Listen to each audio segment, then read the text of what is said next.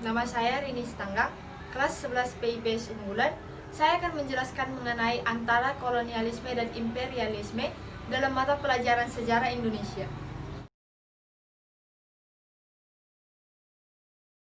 Saya akan memaparkan mengenai antara kolonialisme dan imperialisme. Yang pertama yaitu pengertian kolonialisme dan imperialisme.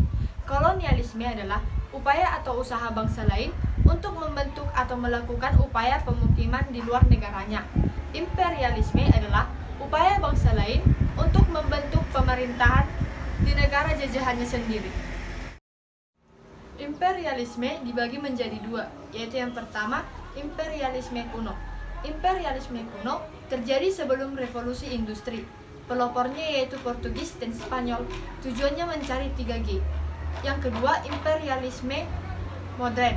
Imperialisme modern ini terjadi setelah revolusi industri.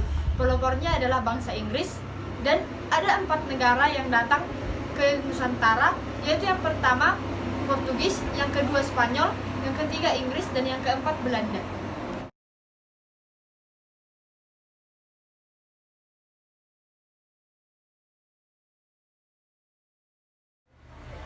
Ada 4 latar belakang kedatangan Eropa ke timur, yaitu yang pertama faktor politik. Faktor politik ini dengan direbutnya Konstantinopel oleh Turki Utsmani pada tahun 1453 menyebabkan tertutupnya pelabuhan-pelabuhan bagi pedagang Eropa sehingga harga rempah-rempah di Eropa menjadi sangat mahal. Yang kedua yaitu faktor ekonomi. Faktor ini di mana rempah di Eropa sangat dibutuhkan sebagai bahan masak. Dengan itu, bangsa Eropa datang ke tempat langsungnya dapat meningkatkan keuntungan besar bagi bangsa Eropa.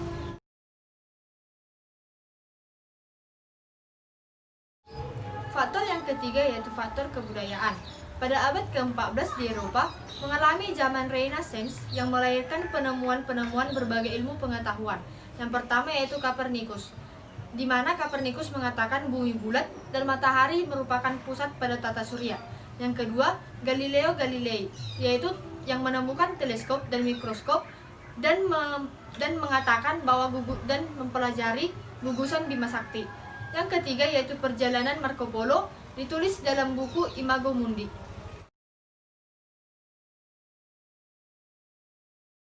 Yang keempat, faktor idealisme, di mana faktor ini mengandung 3G, yaitu yang pertama gold atau sering disebut dengan kekayaan. Yang kedua yaitu glory atau sering disebut dengan kejayaan. Yang ketiga yaitu gospel atau sering mengandung tentang keagamaan atau ilmu-ilmu tentang agama.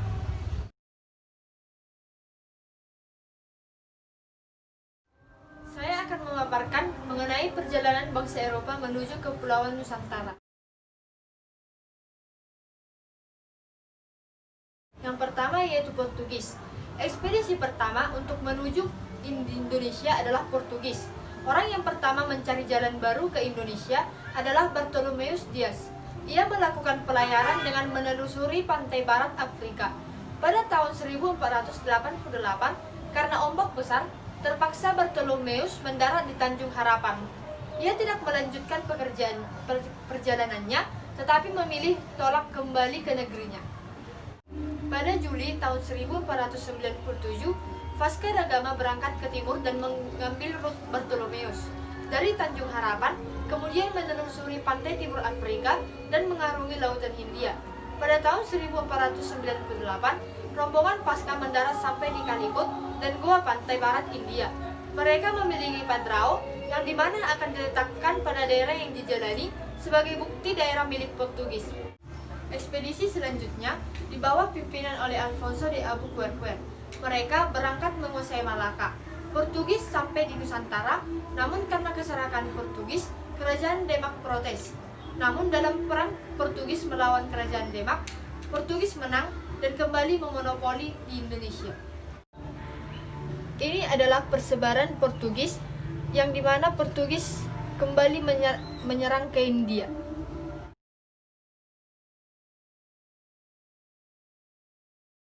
Yang kedua adalah bangsa Spanyol. Spanyol dan Portugis memilih untuk berbeda arah. Pelopor bangsa Spanyol yang mencari jalan ke Indonesia adalah Christopher Columbus. Setelah 2 bulan, ia sampai di Pulau San Salvador. Namun, Columbus gagal mencapai India dan menuju Haiti. Columbus diakui penemu benua Amerika.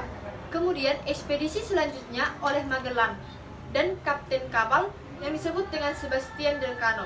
Mereka berlayar ke Samudra Pasifik sekitar 3 bulan.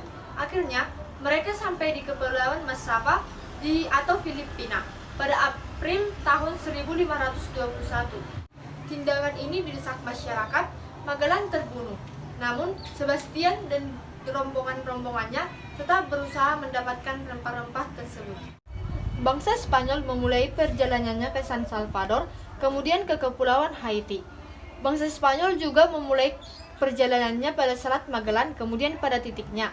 Yang terakhir, bangsa Spanyol memulai perjalanannya pada Kepulauan Maluku, Filipina, kemudian sampai ke Pulau Guam.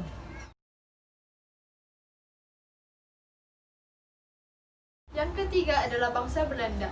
Pada tahun 1596, Belanda datang ke Nusantara dengan pimpinan Cornelis de Houtman, berhasil mendarat di Banten. Sikap Belanda yang kurang ramah dan kasar, kemudian mereka berusaha memonopoli perdagangan, menjadikan Sultan Banten marah. Akibatnya, ekspedisi ini gagal. Sekitar tahun 1598 sampai 1600, pedagang Belanda berdatangan kembali. Kedatangan ini dipimpin oleh Jacob van Neck. Ia berhasil mendarat di Maluku dan membawa rempah-rempah. Keberhasilan ini, Van Neck menjadikan pedagang Belanda banyak ke Indonesia. Dari persebaran peta, Belanda pertama kali menuju ke Banten.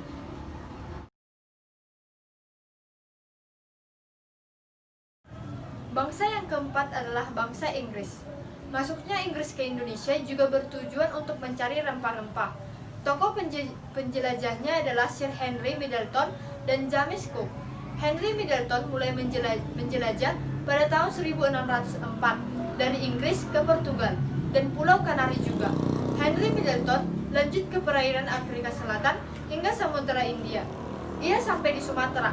Ia berlayar ke Ambon pada tahun 1605, lalu Ternate serta Tidore. Sedangkan James Cook sampai ke Batavia tahun 1770 setelah dari Australia.